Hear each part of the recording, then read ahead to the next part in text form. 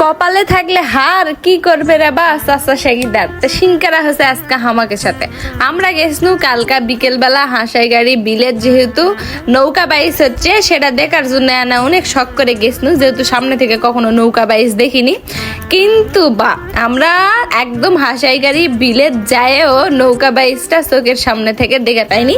এটাই হলো সবচাইতে বড় আফসোস। তো নৌকা বাইস খেলা দেখার জন্য আমরা দুপুরের পরপরই বের হয়ে পড়ি কারলিয়া। আর যাওয়ার পথে রাস্তার দেখি এই পাপড়গুলা বিক্রি করেছিল এক চাষার থেকে পাপড় লিয়ে কারণ এই পাপড়গুলা কিন্তু স্কুল জীবনে প্রচুর খাসি, বড় হওয়ার পরে আর চোখে পড়েনি ওইভাবে। আজকে মেলা দিন পরে দেখে বানু তাই শখ করে লিয়ে আনা খানু। বহু বছর পর ছোটবেলার সেই পাপড় খাচ্ছি, এগুলো সচরাচর আর চোখে পড়ে না। আগে স্কুলে প্রচুর খাইতাম, ছোটবেলার কথা মনে পড়ে গেল। খাতে খাতে আমরা হাসাইগাড়ি বিলের একদমই কাছাকাছি চলে আইছি, কিন্তু কাছাকাছি এসে বুঝে পারনু যে আমরা কার লিয়ে এসে কতটা ভুল করেছি। বাইক লিয়ে আসলে হয়তো বা আরো সামনে যাওয়া পারনুনি, কিন্তু এত ভিড় এই জায়গা। এমনিতেই তো নর্মালি শুক্রবার শনিবারেই বেশি ভিড় হয়, আর আজকে যেহেতু নৌকা বাইস হচ্ছে তো মানুষজন তো বেশি হবে, এটা আমি জানি চিনুই।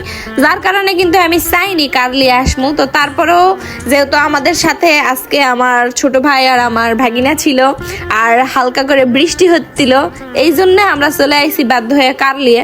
কিন্তু আসে তো পড়ে গেছি আরেক মহা বিপদে। গাড়ি না সামনে লিয়ে যাওয়া যাচ্ছে না গাড়ি পিছনে লিয়ে যাওয়া যাচ্ছে, আর এই ঠেলা ঠেলির চোটে গাড়ি তো ধাক্কা মাক্কা খাইছেই। যার কারণে আমরা আর একদম সামনাসামনি যে জায়গা থেকে ভালো করে দেখা যাবে নৌকা বাইস সেটি আর যাওয়া পারিনি। মাঝখানে গাড়িটা বাধ্য হয়ে ঘুরে লওয়া লাগিছে, কারণ আমাকে গাড়ির জন্য মানে এতটা জ্যাম শুরু হয়ে গেছে ওই জায়গার যে মানুষ যাওয়া পারিচ্ছে না, অন্যান্য গাড়িরও সমস্যা হচ্ছে।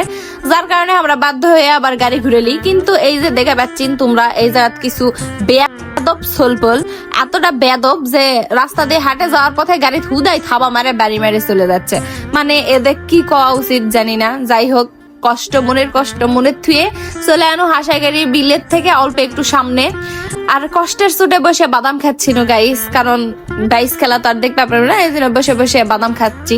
খাওয়া দাওয়া শেষ করে মনের কষ্ট দূর করার জন্য আমরা চলে আনো সবাই মিলে আমাকে নওগাঁর সবচাইতে বড় একটা রেস্টুরেন্ট মল্লিকা ইনে। তবে এই জায়গার খাবার কোয়ালিটি আসলে প্রাইস অনুযায়ী কতটা স্যাটিসফাইড সেটা আপনাদেরকে পরের ভিডিওতে আমরা জানাবো। তবে পরিবেশ কিন্তু অনেক সুন্দর, এটা মানতেই হবে। কর্পোরেট মিটিং এর জন্য জোস। তোমরা কে কে নওগাঁ হাসাই গাড়ির এই বাইস খেলাটা দেখতে পারিসলিন আমাকে কেন কমেন্ট করে জানায়। আজকে এই পর্যন্তই, আজকে আর বক বক করবো না। তোমরা সবাই ভালো থাকো, সুস্থ থাকো, আর অবশ্যই আমার জন্য এনা করে দোয়া করো।